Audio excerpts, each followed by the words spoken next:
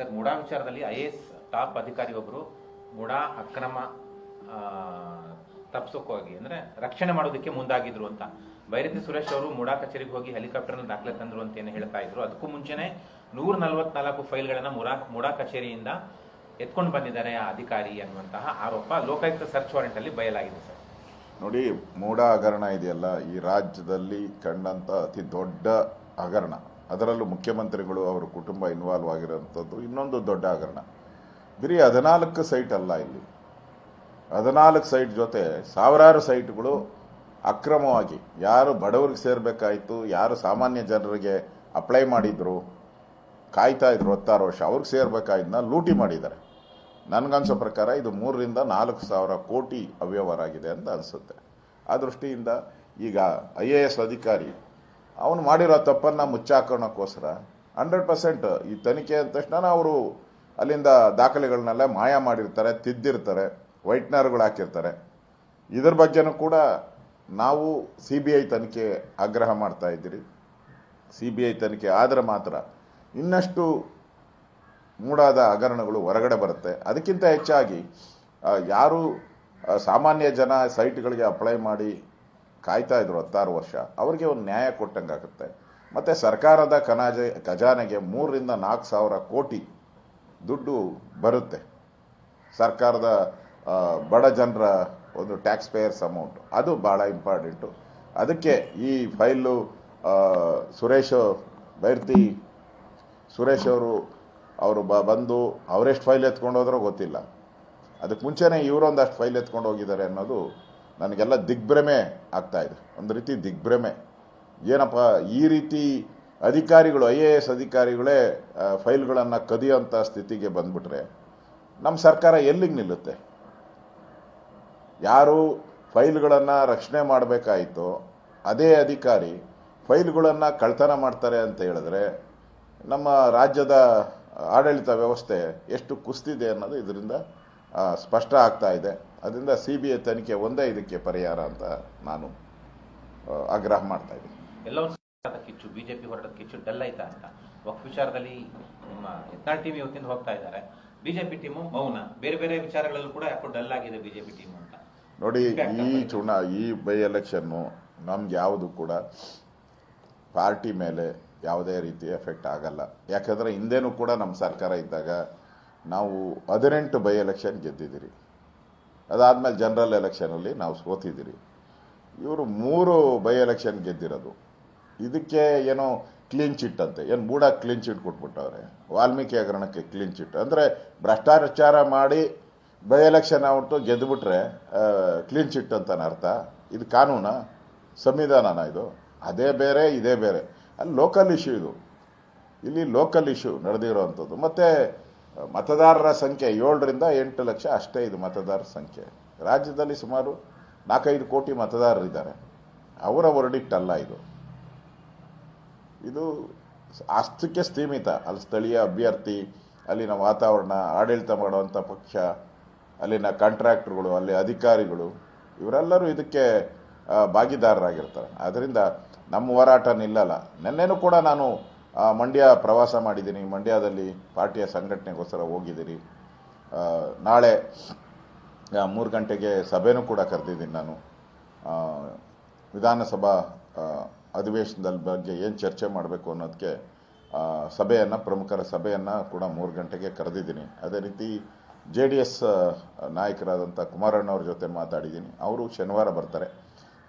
ಶನಿವಾರ JDS BJP ಮತ್ತು JDSನ ಸಭೆಯನ್ನು ನಾವು ಮಾಡ್ತೀವಿ. ವಿಧಾನಸಭಾ ಅಧಿವೇಶನದಲ್ಲಿ ಯಾವ ರೀತಿ ಈ ಕಾಂಗ್ರೆಸ್ಸಿನ ಭ್ರಷ್ಟಾಚಾರದ ಹಗರಣಗಳನ್ನು ತೆಗಿಬೇಕು ಅನ್ನೋದ್ರ ಬಗ್ಗೆ ಅಲ್ಲೂ ಕೂಡ ನಾವು ಚರ್ಚೆ ಮಾಡ್ತೀವಿ. ಈ ಒಂದು ಫಲಿತಾಂಶದಿಂದ ಏನು BJP ಕುಗ್ಗೋದು ಇಲ್ಲ, ಹಿಗ್ಗೋದು ಇಲ್ಲ. ನಾವು ಹೋರಾಟವನ್ನು ಮುಂದುವರಿಸ್ತೀರಿ. ಈ ಚುನಾವಣೆ ಏನು ನಮ್ಮ ಮೇಲೆ ಏನು ಆ ಥರದ್ದೇನು ಪ್ರಭಾವ ಬೀರಲ್ಲ. ಇದಕ್ಕೆ ಸೋಲೋದಕ್ಕೆ ಅದರದ್ದೇ ಆದಂಥ ಕಾರಣಗಳಿದೆ, ಲೋಕಲ್ ಕಾರಣಗಳು. ಅದನ್ನು ಸರಿಪಡಿಸ್ಕೊಂಡು ನಾವು ಹೋಗ್ತೀವಿ. ನಿಖಿಲ್ ಕುಮಾರಸ್ವಾಮಿ ಮಾತಾಡಿದ್ದಾರೆ ಸರ್, ಅಲ್ಪಸಂಖ್ಯಾತ ಸಮುದಾಯ ಮತ ಹಾಕದೇ ಇರೋದೇ ಕಾರಣ ಅಲ್ಲ. ಅವರು ಸತ್ಯವನ್ನೇ ಹೇಳಿದ್ದಾರೆ. ಅಲ್ಲಿ ಮಾತಾಡಬೇಕಾದ್ರೆ ಅಲ್ಲೆಲ್ಲ ಹೇಳ್ತಾ ಇದ್ರು, ನಾವು ಅಲ್ಪಸಂಖ್ಯಾತರು, ನಾವು ಯಾವುದೇ ಪಕ್ಷಕ್ಕೆ ಸೀಮಿತ ಇಲ್ಲ ಅಂತೇಳಿ. ಈಗ ರಿಸಲ್ಟ್ ಬಂದ ಮೇಲೆ ಗೊತ್ತಾಗಿದೆ. ಬೂತ್ ವೈಸ್ ಗೊತ್ತಾಗ್ಬಿಡುತ್ತಲ್ಲ, ಆ ಸಮುದಾಯ ಎಲ್ಲೆಲ್ಲಿ ಜಾಸ್ತಿ ಇದ್ದಾರೋ ಆ ಬೂತ್ಗಳಲ್ಲಿ ಬಂದಿರೋದು 5, 10, 1, 2 ಓಟ್ಗಳು. ಅದ್ರ ಮೀನ್ಸ್ ಏನರ್ಥ ಅಂದರೆ ಯಾವುದೋ ಸಮುದಾಯ ನಿಖಿಲ್ನ ಸೋಲಿಸೋ ಅಂಥದ್ದಕ್ಕೆ ಪ್ರಮುಖವಾಗಿ ಆಗಿದೆ. ಮತ್ತು ಉಳಿದಂಥ ಸಮುದಾಯನೂ ಕೂಡ ಒಟ್ಟಿಗಾಗಬೇಕಾಗಿತ್ತು. ಈಗ ಮಹಾರಾಷ್ಟ್ರದಲ್ಲಿ ಯಾವ ರೀತಿ ಒಟ್ಟಿಗಾಯಿತು ಆ ಥರ ಒಟ್ಟಿಗಾಗಬೇಕಾಯಿತು. ಉಳಿದಂಥ ಸಮುದಾಯಗಳು ಯೋಚನೆ ಮಾಡಬೇಕು, ಒಂದ್ಸರಿ ಅವರು ಶಾಂತತೆಯಿಂದ ಯೋಚನೆ ಮಾಡಬೇಕು. ಈ ಥರ ಒಂದು ಸಮುದಾಯ ಒಂದು ಪರವಾಗಿ ನಿಂತಾಗ ಉಳಿದ ಸಮುದಾಯದನ್ನು ಕೂಡ ನಿಲ್ಲಬೇಕು. ಆ ಪರಿಟಾಟ ಮಾಡಿದ್ರೇ ಇದೊಂದು ಡೆಮಾಕ್ರಸಿಯಲ್ಲಿ ಎಲ್ಲರೂ ಬುದ್ಧಿಯನ್ನು ಕಲಿತಾರೆ. ಇಲ್ಲ ಅಂದರೆ ಇದೇ ಥರ ಚನ್ನಪಟ್ಟಣ ಫಲಿತಾಂಶ ಮೂಲಕ ಒಕ್ಕಲಿಗ ನಾಯಕತ್ವವನ್ನು ಯೋಗೇಶ್ವರ್ ಹೇಳಿಕೆ ಅವೆಲ್ಲ ಸುಳ್ಳು. ಇಲ್ಲಿ ಹಣಬಲ, ಅಧಿಕಾರ ಬಲ ಮತ್ತು ಕ್ಯಾಂಡಿಡೇಟ್ ಇಲ್ದಿರ ನಮ್ಮ ಪಾರ್ಟಿಯಿಂದ ಕ್ಯಾಂಡಿಡೇಟ್ ತಗೊಂಡು BJPಯಿಂದ ಕ್ಯಾಂಡಿಡೇಟ್ ತಗೊಂಡು ಒಕ್ಕಲಿಗ ನಾಯಕತ್ವ ಬಂದಿದೆ ಅಂದರೆ ಏನರ್ಥ? ನಿಮಗೆ ಒಕ್ಕಲಿಗ ನಾಯಕತ್ವ ಇದ್ದರೆ ಪಾರ್ಲಿಮೆಂಟ್ ಎಲೆಕ್ಷನಲ್ಲಿ ಯಾಕೆ ಸೋತ್ರಿ ನೀವು? ನಿಮ್ಮ ತಮ್ಮನ ಕೆಲಸ ಕಾಣಕ್ಕಾಗಿಲ್ಲ ನೀವು. ಒಕ್ಕಲಿಗರ ಬೆಲ್ಟು ಕನಕಪುರ ಲೋಕಸಭಾ ಕ್ಷೇತ್ರ ಒಕ್ಕಲಿಗರ ಬೆಲ್ಟ್, ಅದು ಪೂರ್ತಿ ಮೋರ್ ದೆನ್ 60%. ನೀವು ಅಲ್ಲೇ ಗೆಲ್ಸ್ಕೊಳಕ್ಕಾಗಿಲ್ಲ, ನಿನ್ನ ತಮ್ಮನ ಗೆಲ್ಸ್ಕೊಳಕ್ಕಾಗಿಲ್ಲ. ಯೋಗೇಶ್ವರ್ನ ಗೆಲ್ಸ್ಬಿಟ್ಟು ಒಕ್ಕಲಿಗರ ನಾಯಕ ಅಂತಾರೆ. ಯಾರು ನಂಬ್ತಾರೆ? ಯಾರು ನಂಬಕ್ಕೆ ಸಾಧ್ಯನೇ ಇಲ್ಲ. DK ಶಿವಕುಮಾರ್ ಯಾವತ್ತೂ ಒಕ್ಕಲಿಗ ನಾಯಕರು ಆಗೇ ಇಲ್ಲ, ಮುಂದೇನೂ ಆಗೋದು ಇಲ್ಲ. ಓಕೆ.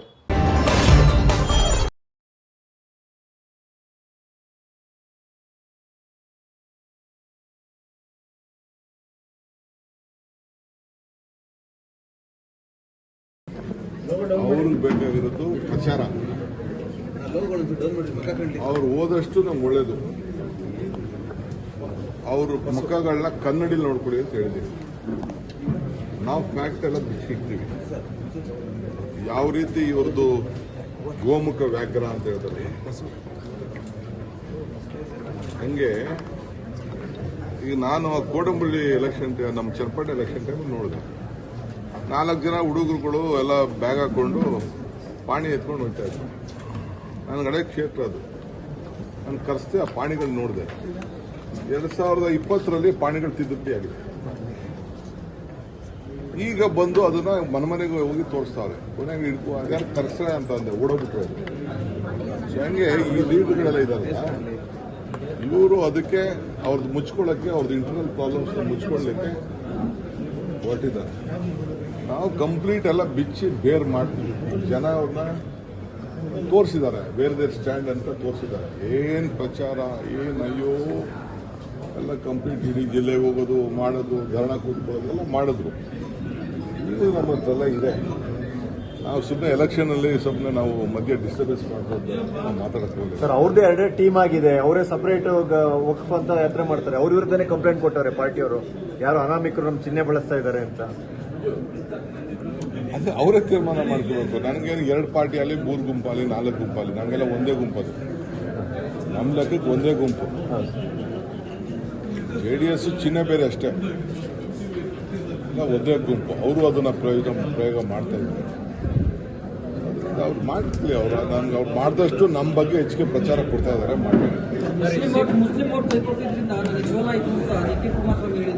ಸರಿ, ಕುಮಾರಸ್ವಾಮಿಗೆ ಪಾಪ ಜನ ವೋಟ್ ಹಾಕಿದ್ರು. ಈ BJP ಜೊತೆ ಹೋಗಿ ಹಿಂದೆ ಮುಸ್ಲಿಂ ವೋಟ್ರಿಗೆ ಎದುರಿಸಿದ್ದು ಕುಮಾರಸ್ವಾಮಿ ಅವರಿಗೆ. ಮುಸ್ಲಿಮ್ ಹೆಂಗ್ ವೋಟ್ ಹಾಕ್ತಾರೆ ಪಾಪ ಅವ್ರು ನಂಬ್ಕೊಂಡೇ ಇಲ್ಲ ಮುಸ್ಲಿಮ್ಸ್ನ. ಯಾರು NDA ಯಾಕೆ ವೋಟ್ ಹಾಕ್ತಾರೆ ಅವರು? ನೀವೇನಾದ್ರು ಅವ್ರು ಮಾಡಿದ್ದೀವಿ ಇಲ್ಲ? ಯಾರು ಒಬ್ರು ಒಂದು ಸೀಟ್ ಕೊಟ್ಟಿದ್ದಾರೆ? NDA ಯಾರಿಗಾರು ಒಬ್ಬ ಸೀಟ್ ಕೊಟ್ಟಿದ್ದಾರೆ, ಒಂದು ಮಂತ್ರಿ ಮಾಡಿದ್ದಾರೆ, ಅವ್ರಿಗೇನಾದ್ರು ಕಾರ್ಯಕ್ರಮ ಕೊಟ್ಟಿದ್ದಾರೆ? ಅಲ್ಲರಿ, ಅವ್ರ ರಿಸರ್ವೇಷನ್ನೇ ಕಿತ್ತಾಕ್ಬಿಟ್ರಿ. ಪಾಪ ಇದ್ದಿದ್ದಂಥ 4% ರಿಸರ್ವೇಷನ್ನ ಈ ದೇಶದಲ್ಲಿ 17-18% ಜನ ಇದ್ದಾರೆ. ಆ ರಿಸರ್ವೇಷನ್ ಕಿತ್ತಾಕ್ಬಿಟ್ಟು ಬೇರೆಯವ್ರು ಕೊಟ್ಟಿದ್ದೀರಿ. ನಿಮ್ಗೆ ಅವ್ರ ಹತ್ರ ವೋಟ್ ಕೇಳೋ ಹಕ್ಕೇ ಇಲ್ಲ ನಿಮಗೆ. You don't have powers to. ಪಾಪ ಹುಡುಗ ಚಿಕ್ಕ ಹುಡುಗ ಇರಲಿ, ನಾನು ಪಾಪ ಅವನ ಅನುಭವದ ಬಗ್ಗೆ ನಾನು ಮಾತಾಡೋಕೆ ಹೋಗುದಿಲ್ಲ. ಇನ್ನೇನು ಮಾತಾಡಿದ್ರು ಅದು ಮಾತಾಡ್ಬೇಕು, ದೊಡ್ಡಗಳು ಮಾತಾಡ್ಬೇಕಾದ್ರೆ. ಅಲ್ಲ, ಜೆಡಿಎಸ್ ಒಂದು ಟ್ವೀಟ್ ಮಾಡಿದೆ ಸರ್, ದೇಶಾದ್ಯಂತ ಕಾಂಗ್ರೆಸ್ ಅವನತಿಗೆ ಹೋಗಿದೆ ಅಂತ ಸರ್. ಮಹಾರಾಷ್ಟ್ರ ಚುನಾವಣೆಯನ್ನು ಉದಾಹರಣೆ ಅಂತ. ನೋಡ್ರಿ, ಕಾಂಗ್ರೆಸ್ ಹೇಳ್ತೀನಿ ಕೇಳಿ, ನಾನು ಹೋದ್ರು ಕಾಂಗ್ರೆಸ್ ಹೋಗುದಿಲ್ಲ, ಯಾರು ಹೋದ್ರು ಕಾಂಗ್ರೆಸ್ ಹೋಗುದಿಲ್ಲ. ಕಾಂಗ್ರೆಸ್ ಹಿಸ್ಟ್ರಿ ಈ ದೇಶದ ಹಿಸ್ಟ್ರಿ.